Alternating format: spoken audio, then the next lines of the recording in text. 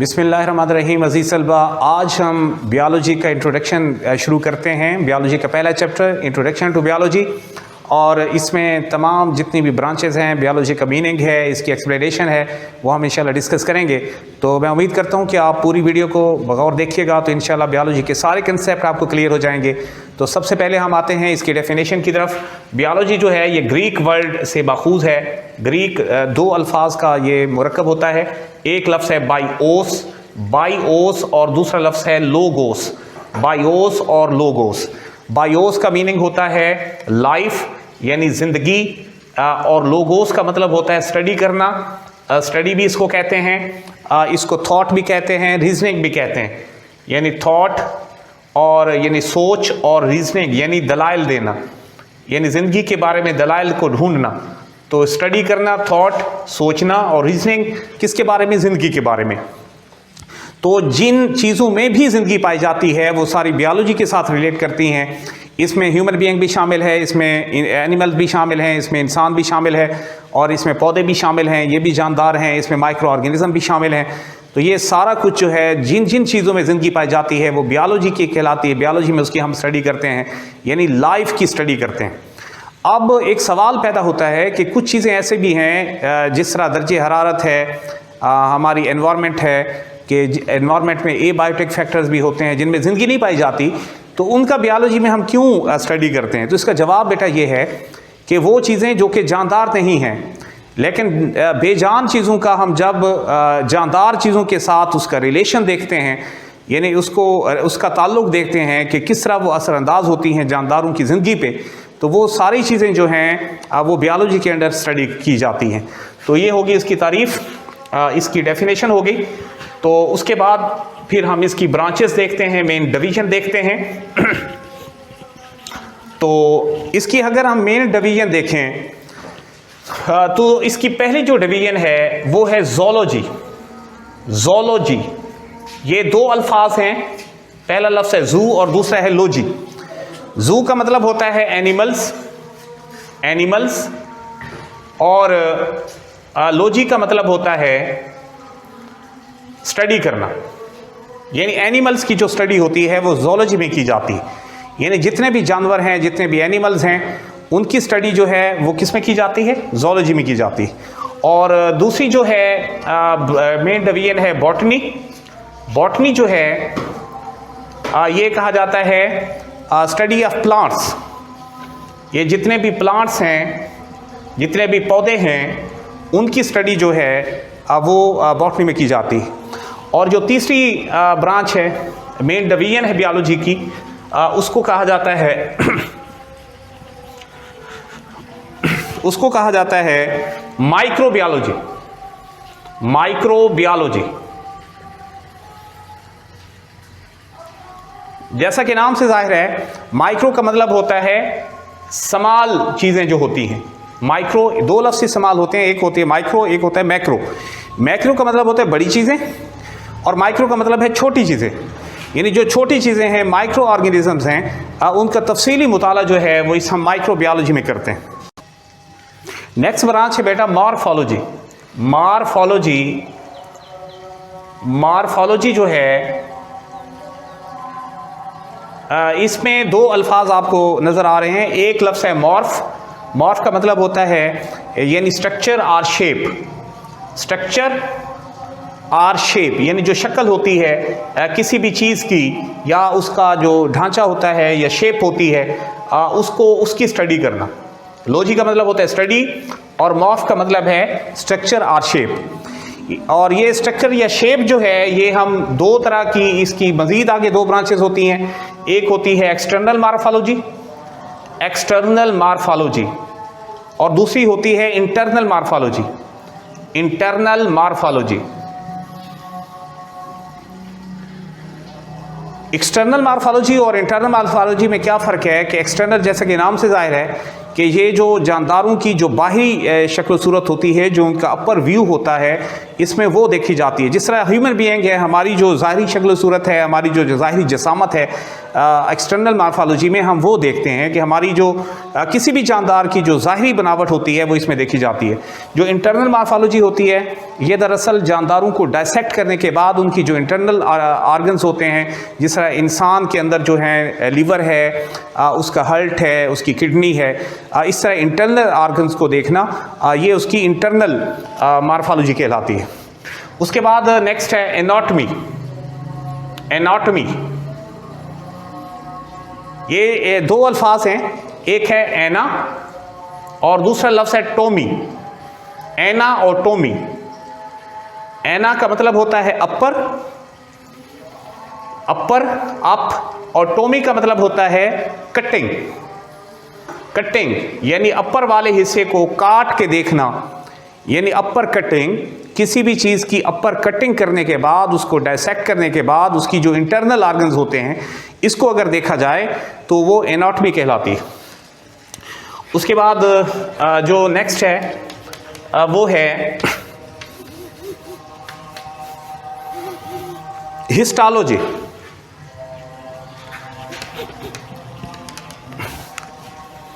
Histology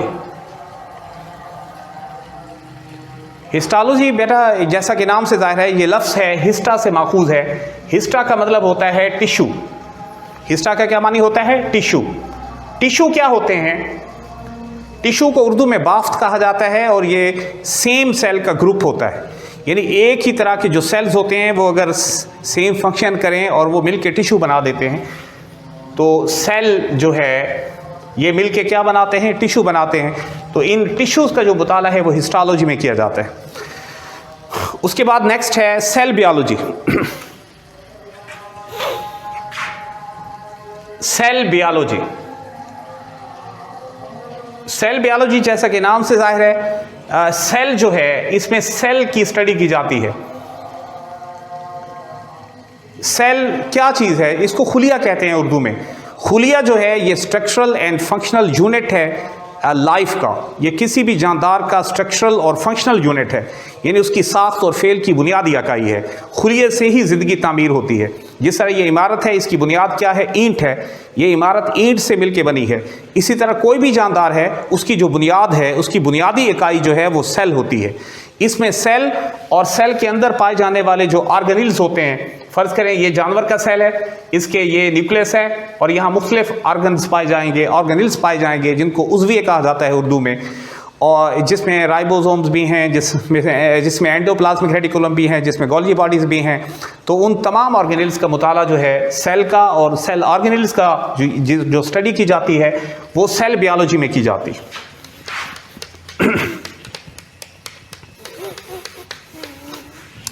next बेटा है physiology. Physiology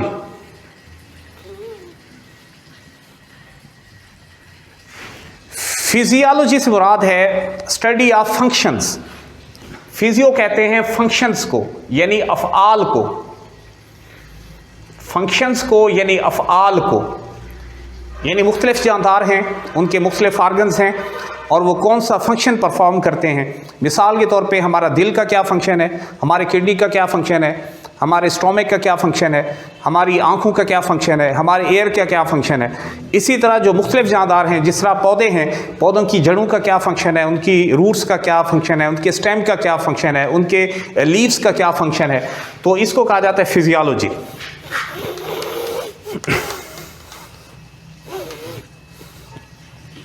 उसके बाद बेटा अगली ब्रांच है जेनेटिक्स।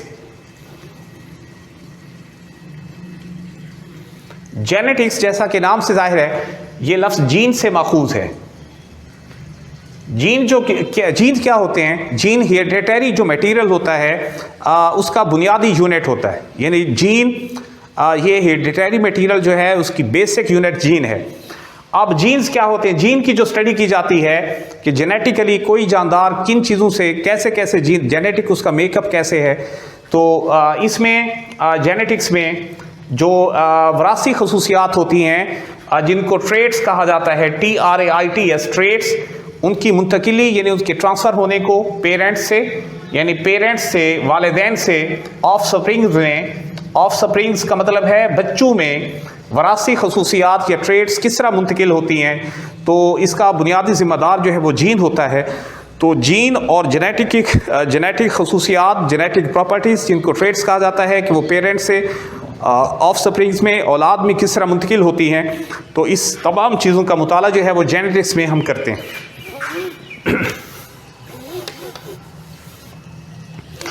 उसके बाद नेक्स्ट ब्रांच है पेलेंटोलॉजी।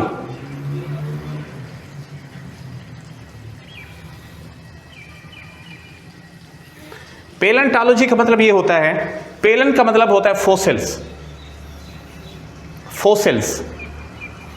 फोसिल्स जो हैं ये मुख्तलिफ जो जानदारों की एक्सटिंक्ट होती हैं, जो उनकी बाकियात होती हैं, उसकी रिमेन्स को कहा जाता है। जिस तरह पौधे मर जाते हैं, एनिमल मर जाते हैं, तो उसके बाद वो ज़मीन में प्रिजर्व हो जाते हैं, उनके ऊपर लेयर्स होती हैं, मट्टी की तहें चढ़ जाती हैं, तो फिर उनकी डिकम्पोजिशन के मराहिल होते हैं, तो फिर उनकी जो बाकियात बचती हैं, जब उनकी खुदाई के बाद उनकी बाकियात, उनकी रिमेन्स को देखा जाता है, तो वो कहलाती हैं फोसिल्स, और इसमें फोसिल्स का मुताला किया जाता है।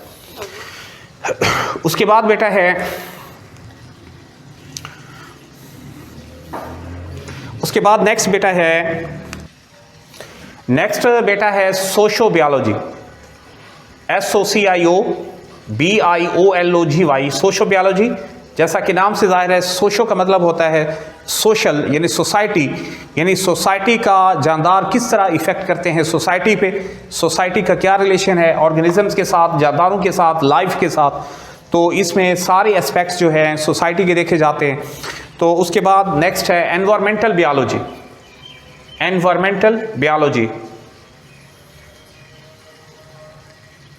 जैसा कि नाम से जाहिर है, एनवायरमेंटल बायोलॉजी है जो है ये हमारी एनवायरनमेंट के साथ डील करती है कि एनवायरनमेंट के किसे कहा जाता है, जिसमें जानदार रहते हैं, उसका माहौल क्या है। इसका दूसरा नाम इकोलॉजी भी है, और इसमें एनवायरनमेंट के मुख्तलिफ फैक्टर्स होते हैं, जिसमें बायोटिक फैक्टर हैं और एबायोटिक फैक्टर हैं जो कि एनवायरनमेंट को तश्कील देते हैं।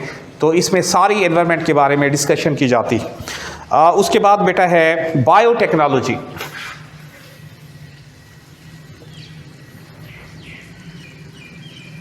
बायोटेक्नोलॉजी का मतलब है, टेक्नोलॉजी का लफ्ज़ जहाँ भी इस्तेमाल होता है तो इससे मुराद ये होती है कि मुख्तलिफ ऑर्गेनिज़म्स को इस्तेमाल करके बनी नौ इंसान के फ़ायदे के लिए जो प्रोडक्ट्स बनाए जाते हैं उसको टेक्नोलॉजी कहा जाता है। तो जिसमें बायो यानी लाइफ को इस्तेमाल किया जाता है। लाइफ से मुराद है जो मुख्तलिफ किस्म के बैक्टीरिया हैं उनको इस्तेमाल किया जाता है, यानी लाइफ को बनी नौ इंसान की बहबूद के लिए, वेलफेयर के लिए उनसे मुख्तलिफ जो प्रोडक्ट्स बनाई जाती हैं टेक्नोलॉजी के ज़रिए, उसको बायोटेक्नोलॉजी कहा जाता है। इसमें मुख्तलिफ चीज़ें होती हैं, जेनेटिक इंजीनियरिंग भी इसमें है, इसमें क्लोनिंग के मुख्तलिफ तरीके हैं। ये जदीद ब्रांच है बायोलॉजी की। नेक्स्ट बेटा है इम्यूनोलॉजी। ये दो अल्फाज से मुरक्कब है, एक है इम्यूनो और दूसरा है लॉजी। इम्यूनो का मतलब होता है इम्यून सिस्टम, यानी जो हमारा दिफाई सिस्टम है वो दिफाई सिस्टम है, उसको इम्यून सिस्टम कहा जाता है। हमारा दिफाई सिस्टम क्या है? हमारे दिफाई सिस्टम में हमारे अंदर, हमारे जिस्म के अंदर वाइट ब्लड सेल्स होते हैं जो बाहर से आने वाले वायरसेस को, बैक्टीरिया को, पैथोजेंस को किल कर देते हैं। तो ये कुदरती तौर पर नेचुरली हर इंसान के अंदर एक डिफेंस सिस्टम होता है जो कि बाहर से आने वाले बैक्टीरिया को, पैथोजेंस को, वायरसेस को किल करता है। तो इसके साथ जो बायोलॉजी की ब्रांच डील करती है उसको कहा जाता है इम्यूनोलॉजी। नेक्स्ट बेटा है एंटोमोलॉजी।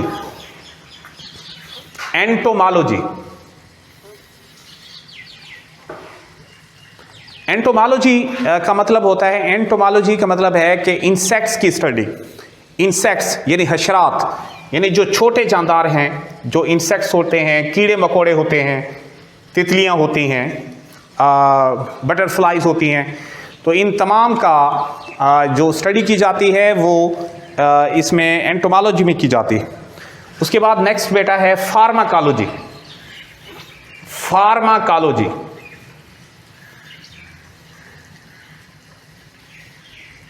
का लफ्ज़ आपने बहुत सुना है, जिस तरह मेडिकल स्टोर जो होते हैं उसमें फार्मेसी का लफ्ज़ लिखा होता है। तो फार्मेसी कहा जाता है कि जहाँ पे मेडिसिन्स बनती हैं, मेडिसिन सेल होती हैं, ड्रग्स बनती हैं। तो इसका मतलब ये है कि जो फार्माकोलॉजी बायोलॉजी की ब्रांच है, इसमें हम मेडिसन और ड्रग्स के बारे में देखते हैं कि उनकी मैन्युफैक्चरिंग किस तरह की जाती है और उनके क्या इफ़ेक्ट्स होते हैं लिविंग ऑर्गेनिज्म पे, कि जानदारों पे उनके क्या असरात मुरतब होते हैं ड्रग्स के और मेडिसन्स के। तो इसको स्टडी किया जाता है फार्माकोलॉजी में। तो इसके साथ ही बायोलॉजी का इंट्रोडक्शन जो है वो इख्तिताम पजीर हुआ। फिर मिलेंगे, अपना ख्याल रखिएगा नेक्स्ट अगली वीडियो के साथ। अल्लाह हाफिज़।